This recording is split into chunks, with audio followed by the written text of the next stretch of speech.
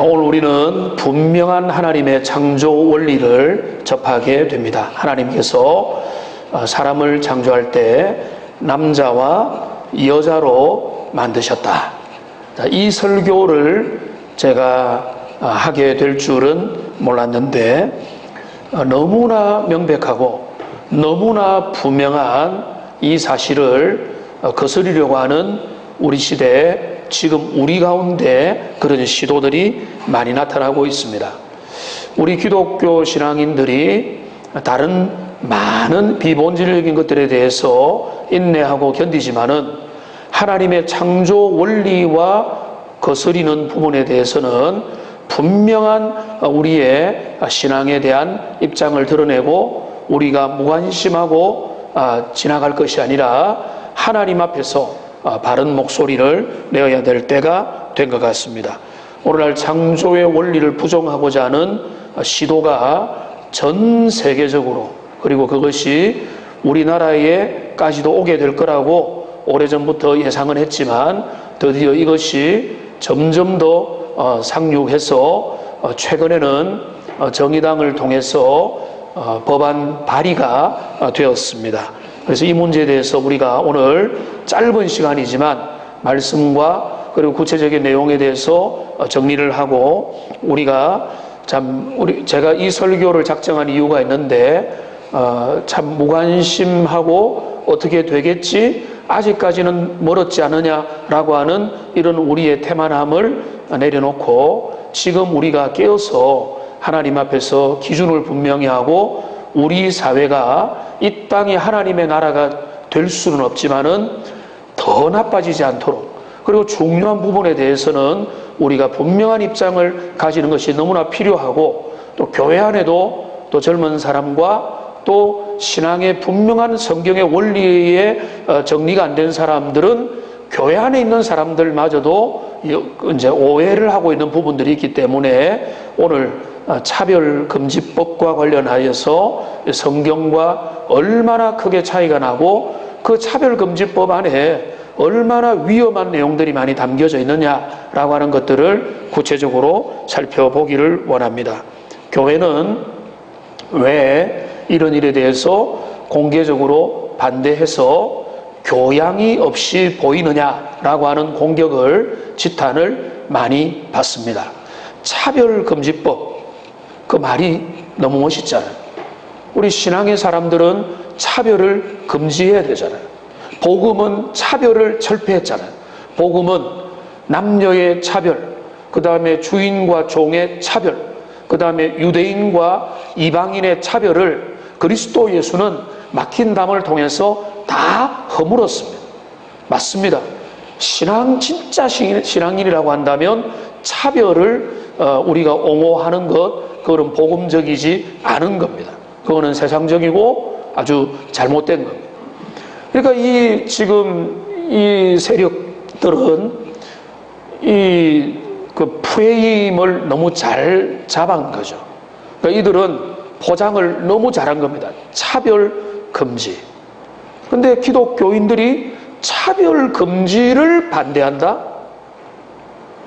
그거는 좀 모순적인 것 같은데 왜 교계의 지도자들이 보수적이라고 하는 교계마저도 들고 일어나서 반대를 하느냐? 여러분들 중에는 어느 정도 여론을 따라가고 내용을 읽고 그 핵심을 알고 있는 분들은 안심이 됩니다만 좀 잘 모르고 교회는 무조건 반대고 자기 입맛에 안 맞으면은 무조건 반대 목소리를 낸다고 오해를 할 분들도 있기 때문에 오늘 짧은 시간이지만 이 부분에 대해서 분명한 것들을 우리가 정리를 좀 할 필요가 있습니다. 이번에 정의당을 중심으로 또 그 민주당과 소수 정당의 몇몇 의원들의 동의를 받아서 10명의 국회의원의 이름으로 공동 발의를 했습니다. 아마 이 안건은 통과되지 않을 확률이 아주 높다고 하는 이야기를 들었습니다. 왜냐하면 너무 과격하고 너무 급진적인 안들을 담고 있기 때문에 지금 민주당 안에서도 여러 다른 의견들이 있기 때문에 그 법안은 통과가 안 되겠지만은 이번에 이제 지나온 시간을 보면은 이게 입법 시도가 6번, 7번 정도가 이제까지 있었습니다. 근데 교계의 강력한 반대와 여러 사회적인 반대들로 인해서 그 시도가 이제까지는 무산되고 입법화까지는 먼 길이지만, 이렇게 계속해서 들어오게 되면은 어느 순간에 정말로 이게 시계추가, 저울추가 달라질 수가 있는 상황이고요. 그리고 정말 나중에는 예를 들어서 민주당이나 어떤 그 좀 거대 여당이든 야당이든 통합당에서는 거기에 대해서 찬성하는 그 당론이 전혀 없다고 하는 그 공식적인 이야기를 좀 들었는데, 그렇게 당론으로 채택을 하면은 이게 우리나라에도 서구 선진국이 걸어갔던, 그래서 지금 그로 인해서 엄청난 윤리적인 혼란 속에 더 빠져드는 그 상황을 우리가 참 예상할 수밖에 없고, 저는 솔직히 이런 부분에 대해서 좀 우울한 전망을 가지고 있습니다. 향후 10년 이내, 20년 이내, 30년 이내에 이런 부분들이 좀 정말로 우리나라가 세속화로 가게 될 가능성이 높다라고 하는 좀 우울한 전망을 가지고 있지만, 그러면 예수 믿는 사람은 가만히 있고 그냥 모른 척 해야 되느냐? 그렇지는 않기 때문에 우리는 우리가 할 수 있는 대로 분명한 그런 면에서 입장을 내어야 되기 때문에 그런 것입니다. 제가 이제까지 거의 99% 설교에 있어서는 말씀만 가지고 전했습니다만은, 오늘은 제가 그 차별금지법에 대해서 말씀의 원리를 물론 붙잡지만은 그 내용과 함께 그 차별금지법에 대해서 문제점을 다루면서 이 창조 원리와 얼마나 어긋나는지를 살펴보기 원하는데요. 근데 이 내용을 제가 그냥 가짜 뉴스, 그냥 막연한 뉴스를 할 수가 없어서 국회 홈페이지를 찾아가서 그 법안을 다 다운을 받았습니다. 여러분들도 얼마든지 다운을 받을 수 있어요. 지금 그 법안을 다운을 받아서 내용을 물론 이전에 같이 공유도 하고 자료도 미리 보기도 했지만, 그 다운을 받아서 보니까 아주 심각한 문제가 너무 많이 처음부터 끝까지 있기 때문에, 이 법이 통과되면 우리 사회는 대혼란 속으로 빠져들겠구나라는 생각을 가질 수밖에 없는 그런 법조항입니다. 이제 이 법이 정의당과 10명 정도가 공동 발의한 이 법에 보면은 제2조에 정의가 나옵니다. 이 정의, 그 정의가 나오는데 이렇게 됩니다. 이 법에 사용하는 용어의 뜻은 다음과 같다. 이게 지금 발의된 법안의 내용입니다. 성별이란 여성, 남성 그 외에 분류할 수 없는 성을 말한다라고 처음부터 분명히 못을 박고 시작합니다. 그러니까 이게 창조 원리와 다르다는 거예요. 우리가 반대하고 이거는 안 됩니다. 그들이 있고 그 동성애 성향이 있는 사람을 핍박하고 그들을 괴롭히는 거는 우리도 반대지만은, 마치 그것이 정상적이고 자연스럽고 너무나 분명하다고 여기 법으로 명문화하는 시도를 지금 하고 있는 거예요. 그러니까 성별하면 뭡니까? 그러니까 지금 여기 성평등을 말하는 사람들이 교묘하게 속이는 게 뭔가 하면 양성평등이 아니에요. 양성평등은 뭡니까? 남성과 여성의 평등이죠. 여기 성평등은 뭔가 하면 모든 성은 평등하다는.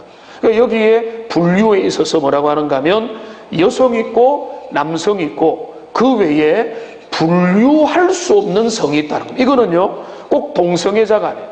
양성에도 포함하고 있는데 4조 2조 4항을 그 다음에 보시면은 이렇게 말하고 있습니다. 성적 지향이란 이성애, 동성애, 양성애로 끝나는 게 아니라 등이 있죠. 이 등은 뭔가 하면 짐승을 향해서, 또 여러 사람을 향해서, 또 심지어는 물건을 향해서 그런 소수의 사람들이 있거든요. 그 감정적, 호의적, 성적으로 깊이 이끌릴 수 있고 친밀하고 성적인 관계를 맺거나 맺지 않을 수 있는 개인의 가능성이 성적 지향인데, 이 법안이 뭘 말하는가 하면 이 성적 지향을 존중해야 된다는, 존중해야 된다. 그럼 우리는 존중해야 되지 않을까 생각하죠. 근데 이 법안을 나중에 보면 뭔가 하면 존중한다는 의미는 뭔가 하면 그것을 혐오하거나 잘못됐다고 학교나 교회나 공적인 자리에서 가르치면 안 되고, 안 될 뿐만 아니라 가르치면 처벌을 받고, 처벌받는 그 처벌 조항은 엄청 강력하게 나타나 있는 겁니다. 그 다음에 이제 5항을 보면 성별 정체성이란 자신의 성별에 관한 인식 혹은 표현을 말하며 자신이 인지하는 성과 타인이 인지하는 성이 일치하거나 불일치하는 상황을 포함한다. 이렇게 되어 있는데, 근데 여러분, 이 법의 이름이 뭔가 하면 차별금지법이에요. 그러면 많은 국민들이 다 속아 넘어가고 있어요. 차별금지법 이러면은, 야, 차별 금지해야지, 이렇게 되는 거예요. 근데 이 차별금지법은 처음부터 뭘 안고 있는가 하면 동성애 찬성법이에요. 동성애 지지법이에요. 그러니까 처음부터 남, 여, 그리고 분류할 수 없는 제3의 성을 이야기하고 그 양성애, 동성애, 여기에 대해서 처음부터 다루고 있기 때문에 처음부터 노골적으로 그 제3의 성에 대해서 인정하는 법이다. 이렇게 법안으로 만들면 찬반을 국민들이 분명히 할 건데 교묘하게 포장을 해놓고 차별금지법이라고 하는 멋지고 아름다운 이름으로 포장을 해놓았기 때문에 문제가 되는 겁니다. 그러니까 지금 이 법안은 아주 노골적이고 분명하게 그 법 속에는 그 이제 동성애를 아주 그 정상적이고 자연스럽고 당연한 성으로 인정하는 그런 분위기를 가지고 있는 겁니다. 그러니까 이거는 동성애자를 배려하자, 그들을 박해하지 말자, 이런 게 아니에요. 이 법에서 여러분 보면은 박해하지 말고 그들도 우리 사회의 시민의 일원으로서, 국민으로서 권리를 가지게 만들자가 아니라 그것이 잘못되었다고 바라볼 수 있도록 가르치거나 설교하거나 전파하거나 공적으로 말하는 그 자체를 금하는 그런 아주 위험한 그런 법이라고 할 수 있는 법인 겁니다. 이 법에 그게 이제 분류해 볼 때 두 번째 큰 문제가 뭔가 하면 이 법이 이런 식으로 통과가 되면은 공적인 장소에서, 특별히 설교의 강단뿐만 아니라 학교도 그렇고 사람들이 모여있는, 다수가 모여있는 공적인 장소에서 양성이라고 하는 남녀의 성을 기반으로 하는 그것을 공개적으로 이야기하고, 그렇지 않은 지금 제3의 성에 대해서 그거는 자연스럽지 못하다고 가르치는 모든 것들이 잘못되었다고 하는, 그리고 거기는 처벌을 받아야 된다고 하는 조항이 입법 조항에 아주 노골적으로 들어가 있습니다. 여기 이제 제31조에 보면은요, 31조부터 쭉 나오는 게 뭔가 하면 교육기관에 있어서 이 차별을 금지해야 된다라고 하는 문제를 다루고 있는데, 이 31조에 보면은 여기 많은 내용이 있지만은 교육기관의 장은 성별 등을 이유로 교육기관의 지원, 입학, 편입을 제한 금지하거나 교육활동에 대한 지원을 달리하거나 불리하게 대해서는 아니한다. 이거 세속 대학에서는 당연히 이렇게 해야 되겠죠. 문제는 뭔가 하면 지금도 이런 일이 일어나고 있어요. 우리나라의 보수 신학 중에 하나인 총신대학에 거기에 그 동성애에 대해서 옹호하고 관심을 가지는 클럽이 만들어졌는데, 그 학생들을 잘못되었다고 지적했던 교수가 징계를 받고 쫓겨났어요. 근데 그거를 막을 길이 없어요. 왜? 사회법으로 차별하면 안 된다는. 그런데 이게 그러면은 세상의 일반 대학과 일반 사회와 이런 데서는 차별금지법 통과되어서 모든 사람을 다 받아주고 교육의 기회를 주는데, 신학교에 누가 전략적으로 자기의 정체성을 숨기고 들어가서 거기에서 그대로 교육받고 어느 날 갑자기 지금 교수의 발언에 문제를 삼고 그 다음에 학생들을 선동해서 우리는 이렇게 가야 되는데 왜 학교는 잘못되는 하냐, 우리를 왜 차별하느냐라고 하면은요, 이 법 하에서는 완전히 불이익을 당할 수밖에 없고, 신학교마저도 이제는 그들을 향해서 완전히 두 손을 들 수밖에 없는 그런 게 되는 겁니다. 그래서 32조에 이런 조항이 또 있습니다. 교육 내용의 차별, 교육기관의 장은 다음 행위를 하면 안 된다는 거예요. 교육의 목표, 교육의 내용, 생활 지도 기준이 성별 등에 대한 차별을 포함한다. 그러니까 이게 어떻게 되는가 하면은 교과서 다 바뀌어야 돼요. 이미 바뀐 교과서가 있습니다. 실습용으로 바꾼 거 보면은요, 이렇게 나는 여잔데 여성에게 끌리는 거, 그거 나쁜 거 아니야. 이렇게 가르치게 돼요. 교사도 그렇게 가르쳐야 되고요. 그거는 이상한 거야 라고 가르치면은 그게 잘못된 거라고 처벌을 받게 돼요. 교과서 다 바뀌어야 되고요. 화장실, 누가 요구를 하면은 화장실도 중립적인 화장실을 만들어야 되는데, 서구에는 기가 막히게 일이 났어요. 중립적인 화장실 만드는 것도 차별이라는 거예요.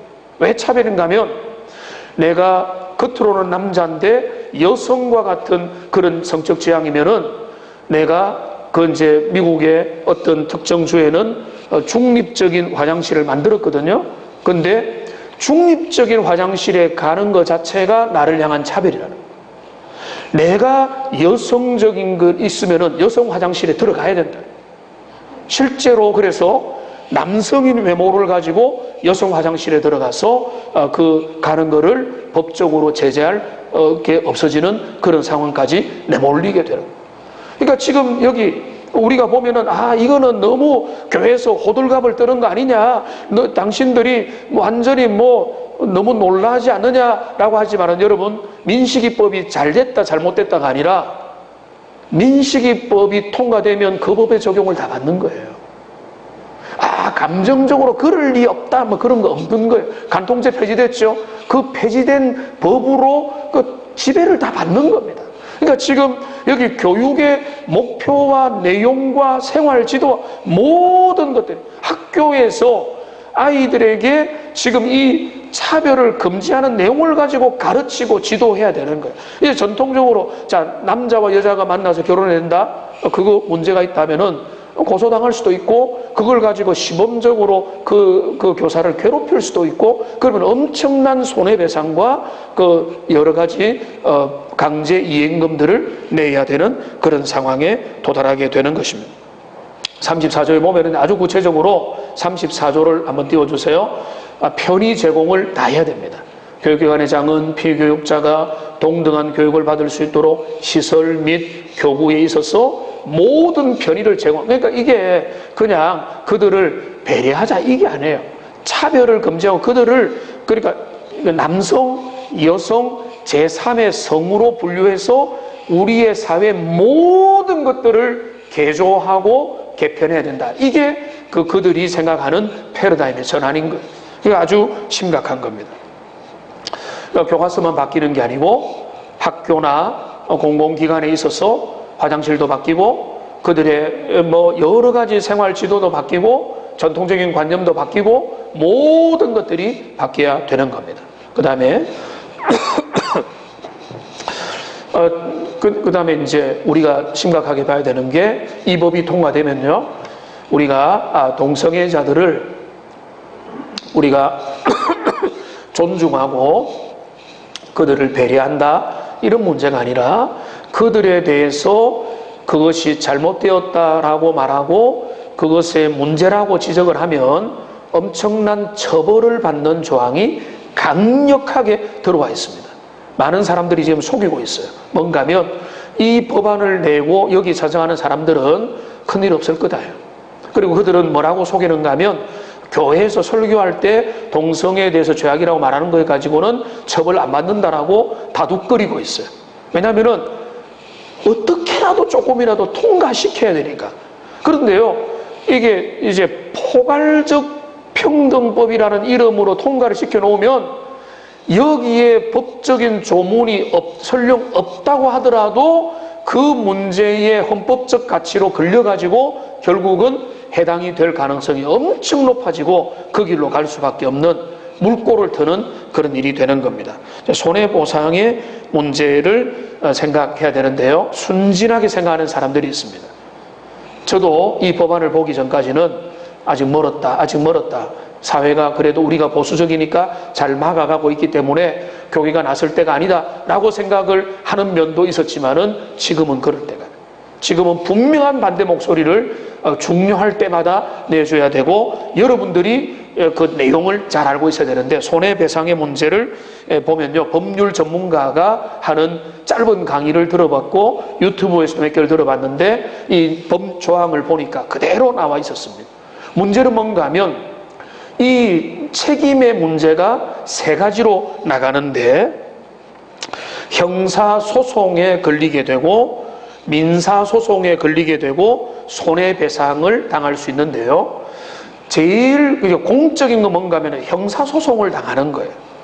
근데 형사소송은 크게 겁낼 일이 아니라는 거예요. 왜냐하면은 뭐 여러 가지 관례와 우리나라의 전통에 있어서 벌금이 크게 내려질 가능성이 없는데, 형사소송은 그냥 법적으로 다루는 문제인데, 그 다음에 민사소송이나 그 다음에 손해배상에 들어가면은 감당할 수 없는 피해가 그 개인과 교회와 또 학교와 공공기관에 뭐 아주 연쇄적으로 전략적으로 이 법을 지지하는 사람들이 타겟을 정해서 공격을 할 가능성이 많기 때문에 엄청 심각하다는 건데요. 봅시다. 이행강제금 조항 제44조, 여기 보면은 위원회는 제42조의 시정명령을 받고 정한 기간 내 시정명령의 내용을 이행하지 아니한 자에게 대해서는 3천만 원 이하의 강제이행금을 부과할 수 있다. 강력하죠. 3천만 원에. 근데 이게 강력한 게 아니에요. 3조에 보면은 제1항에 따른 이행강제금을 뭐죠? 다시 부과할 수 있는 거예요. 자, 다시라는 말은 한 번만 더가 아니에요. 법적 해설의 전문가는 뭔가 하면 또다시 또다시 또다시. 그러니까 그들이 굴복하지 않으면, 예를 들어 교회의 어떤 그런 이념에 사로잡힌 사람이 가만히 들어와 가지고 목회자의 설교에 딱 꼬투리를 잡고 그걸 가지고 이제 그 전문가가 설명하는 이겁니다. 한 5명이 몰래 들어와 가지고 녹음해 가지고 전략적 소송을 걸면요, 한 번에, 그거는 교회 대표자는 저일 뿐만 아니라 교회가 함께 가는 거거든요. 그러면 교회 한 번에 3천만 원, 2번이면 뭐 6천만 원, 10번이면 3억이에요. 교회를 무너뜨릴 수도 있는 거예요. 좀 뭐 극단적인 예지만 이 조항은 그렇다는 말입니다. 그 다음에 51조를 보십시오. 여기 손해배상이 더 강력해요. 이 법에서 금지한 차별행위가 악의적인 것으로 인정되는 경우 법원은 이 항에 정한 재산상 손해액 이외에 손해액의 2배 이상 5배 이하에 해당되는 배상금을 지급하도록 판결할 수 있다 하고, 그 다음에 얼마나 이 법이 강력하게 처벌장을 존재해 보세요. 500만 원 무조건 이상이어야 된다고 했어요. 500만, 보통 그 이제 법률 전문가의 말은 모든 법은요, 아까도 나왔지만 3천만 원 이하, 1,000만 원 이하, 500만 원 이하, 뭐 예를 들어 10년형 이하 이런 식으로 매기잖아. 여기는 뭔가 하면 500만 원 이하로 내리면 안 된다는 거예요. 무조건 500만 원 이상으로 해야 되고 2배 이상, 5배 이상의 강력한 손해배상을 해야 된다는 겁니다. 그 다음에 마지막, 이 법률 조항의 어마무시한 마지막 뭔가 하면 증명책임입니다. 증명책임은 고소인에게 있는 것이 아니라 고소당한 사람이 직접 입증해야 됩니다. 고소를 당한 사람이, 상대방 그 피고소인이 내가 그렇지 않았다는 것을 증명해야 되고, 그렇지 않으면은 이 법의 저항을 받는다라고 하는 겁니다. 짧은 시간에 제가 이 말씀을 드렸는데요, 이 법률을 제가 여러분에게 조항까지 알려드리는 것은 우리가 모르고 찬성하거나 반대하면 안 된다는 겁니다. 우리는 그냥 순진하게 순수하게 우리가 이 사회가 올바른 방향으로 가고 있겠지, 사회의 여론의 선도주자들은 나름대로 상식이 있으니까 잘 가고 있겠지, 천만의 말씀이고, 그들은 그들의 이념과 그들의 좌표를 따라서 끊임없이 이 사회를 그들이 원하는 대로 이끌어가고 있는 거예요. 이 법안은 사실은 상당히 좀 참 과도한 내용들이 많이 있기 때문에 여러 지금 우리 국회 시스템에는 통과되지 않을 가능성이 많다고 하는 그런 이야기가 있겠지만은 우리가 깨어 있어야 되고요. 우리는 좀 더 알아야 되고요. 왜 기독교인들은 반대하느냐? 그건 오늘 말씀에 나와 있죠. 하나님의 창조 원리. 하나님이 자기 형상을 따라 사람을 창조하시되 무엇입니까? 남자와 여자로. 나중에 기회가 되면은 코로나 위기가 많이 해소가 되면은 또 우리가 동성애 예전에도 특강을 들었고 했지만은 그런 강의도 들어야 돼요. 지금까지 그 어느 데서도 동성애 유전자가 있다고 하는 증거는 한 번도 발견된 적이 없어요. 동성애는 후천적인 겁니다. 동성애는 문화적인 겁니다. 동성애는 여러 삶의 조건에 의해서 크게 영향을 받고 10대들과 매스컴과 영향에 따라서 엄청나게 영향을 받을 수 있는 거, 그게 동성애고, 오늘날 우리 사회는 이런 진리의 싸움에 아주 최첨단에 이 문제가 걸려 있기 때문에 여러분 이거 모른 척 하지 마세요. 이거 관심을 가져야 됩니다. 여러분 더 많이 알아야 됩니다. 그리고 이거에 대해서 여러분 공부해야 됩니다. 하나님의 성경의 길과 우리 시대의 성적인 젠더 이슈를 꺼내가지고 이거를 통해서 사회를 대개조를 하려고 하는 그들의 이념적 좌표를 우리가 알고, 그리고 말씀 안에서 건강하게 바라보고 목소리 낼 때는 분명하게 내어서, 우리가 제가 우울한 전망을 말씀드렸죠. 우리 사회가 거룩한 나라가 될 거냐? 저는 좀 우울한 전망을 가지고 있습니다. 우리 사회는 더 세속화될 겁니다. 우리는 그거를 각오해야 될 것입니다.